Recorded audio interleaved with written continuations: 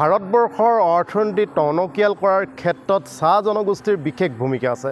বিশেষকৈ চাহ বাগানসমূহৰ ভাৰতৰ অৰ্থনীতিৰ ভেটি টনকিয়াল কৰা অন্যতম এটা অৰ্থনীতিৰ ভেটি গঢ়া ব্যৱস্থাই হ'ল চাহ উদ্যোগসমূহ। আৰু এই চাহ বাগানৰ ভিতৰত থকা আমি মেডিকেলৰ দুৰৱস্থাসমূহ দেখাম। অসম চৰকাৰৰ মাননীয় চিকিৎসা বিভাগৰ যিগৰাকী চিকিৎসা মন্ত্ৰী আচলতে তেওঁক আমি বাগানৰ মেডিকেলৰ পৰিৱেশটো আমি দেখাব বিচাৰিছোঁ।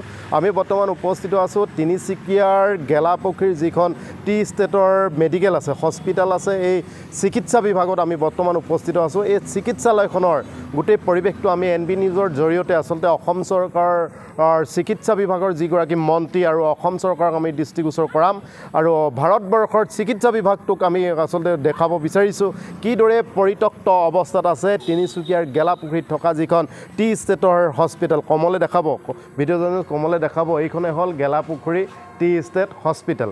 ইয়াৰ ভিতৰৰ পৰিৱেশটো দেখাম। আচলতে এফালে ওলমি আছে তলা। ইয়াত কিন্তু পৰ্যাপ্ত পৰিমাণৰ যিখিনি নাৰ্ছ থাকিব লাগে তেওঁৰ অভাৱ, পৰ্যাপ্ত পৰিমাণে যিটো আচলতে ডক্টৰ থাকিব লাগে তাৰ অভাৱ, পৰ্যাপ্ত পৰিমাণৰ যিখিনি সা সুবিধা থাকিব লাগে আটাইবোৰ সা সুবিধাৰ পৰা বঞ্চিত হৈ আছে তিনিচুকীয়াৰ যিখন গেলাপুখুৰীত থকা এই হস্পিটেল।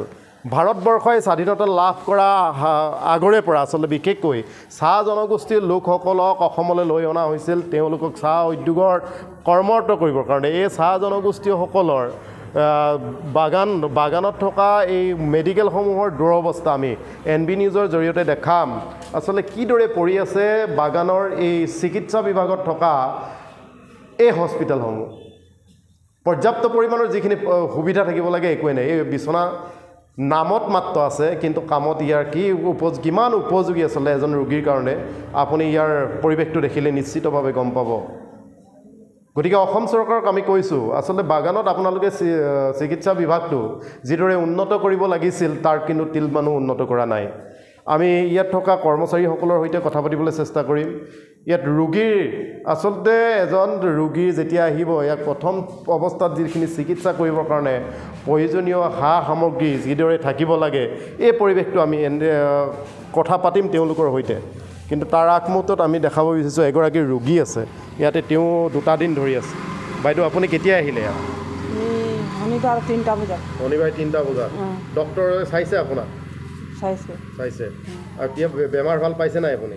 পাইছোঁ। আপোনাৰ কি হৈছিলে? মাথা ঘূৰাই।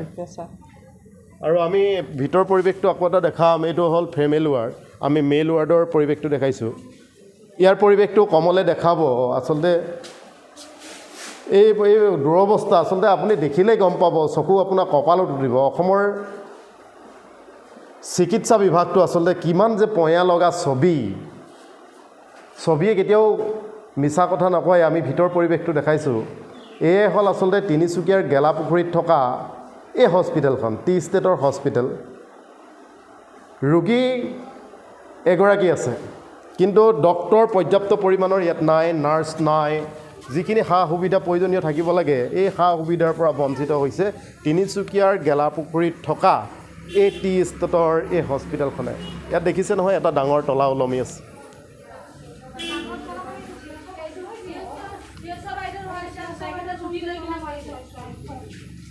আমি পুনৰ কৈছোঁ আৰু বাকীবোৰ দেখাব বিচাৰিছোঁ। আমি তেওঁলোকৰ সৈতেও কথা পাতিবলৈ চেষ্টা কৰিম। এয়াই হ'ল বাগানত থকা এই হস্পিটেলবোৰৰ উন্নতিৰ যি জখলা, এই জখলাবোৰ দেখা পোৱা গৈছে। ৰুমবোৰ বন্ধ কোঠালীয়ে আচলতে এই সত্যতা প্ৰমাণ কৰিছে যে আচলতে কিমান উন্নত মানদণ্ডৰ, কিমান উন্নতভাৱে ইয়াত চিকিৎসা কৰা হয় আৰু কেতিয়া তেওঁলোকক আচলতে ট্ৰিটমেণ্ট কৰা হয়।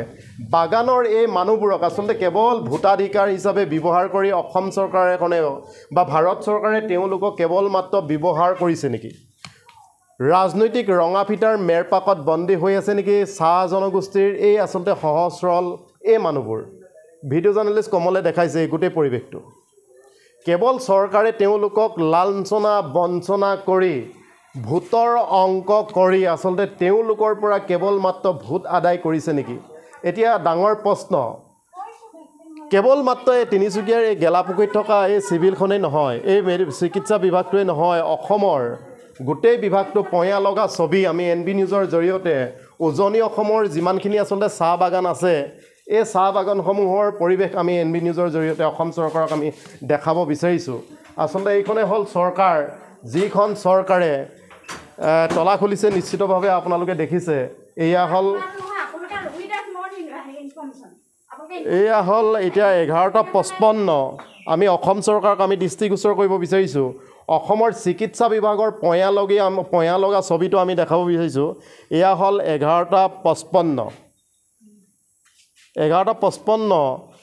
আমি বৰ্তমান উপস্থিত আছোঁ তিনিচুকীয়া গেলাপুখুৰীত থকা এই টি ষ্টেটৰ বাগানত কেৱল এইখনে নহয় উজনি অসমৰ প্ৰত্যেকখন চাহ বাগিচাৰ আচলতে আমি চিকিৎসা বিভাগটো আমি অসম চৰকাৰক উদঙাই দিব বিচাৰিছোঁ ভাৰত চৰকাৰক আমি দৃষ্টিগোচৰ কৰিব বিচাৰিছোঁ এই দৰ্জাবোৰ দেখিছে দৰ্জাৰ খিৰিকীবোৰ দেখিছে আৰু ইয়াৰ পৰাই সত্যতা প্ৰমাণ হয় আচলতে বাগানত থকা এই চাহ জনগোষ্ঠীৰ স্বাস্থ্য বিভাগ উন্নতি কৰিবৰ কাৰণে চিকিৎসা বিভাগটো পৰিচালনা কৰাৰ ক্ষেত্ৰত কিমান যে এটা গাফিলতি ইয়াৰ পৰা এটা নিশ্চিতভাৱে প্ৰমাণ হয় কমলে দেখাইছে আমি তেওঁলোকৰ সৈতেও কথা পাতিবলৈ চেষ্টা কৰিম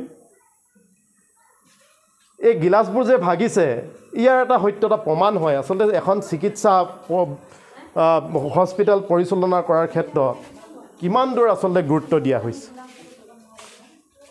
ইয়াৰ একোখন ডাঙৰ ডাঙৰ চকী আছে সুন্দৰ একোটা ব্যৱস্থা আছে ইয়াত কিন্তু বহাৰ সেই ব্যক্তিজন কিন্তু আমি দেখা পোৱা নাই বাইদেউ আপোনাৰ সৈতে কথা পাতিবলৈ বিচাৰিম কি ক'ব এই আচলতে এই মেডিকেলখন কিমান উন্নত ৰ'ব 1 মিনিট ৰ'ব সেইটো আমাৰ ইমুলাইজেশ্যন ৰুম হয় যেতিয়া আমাৰ সপ্তাহত বুধবাৰ ভেকচিন হয় বুধবাৰ ভেকচিনটোতে আমাক খোলা হয় কাৰণ কেলৈ সেইটো আমি তলা মাৰি থোৱা নাই হেৰি কৰি থোৱা নাই আপোনালোকে আজি কি বাৰ বাইদেউ আজি সোমবাৰে আমাৰ বুধবাৰে খুলিব লাগে আপুনি আজি কিয় খুলিছে এতিয়া মোৰ লাঞ্চ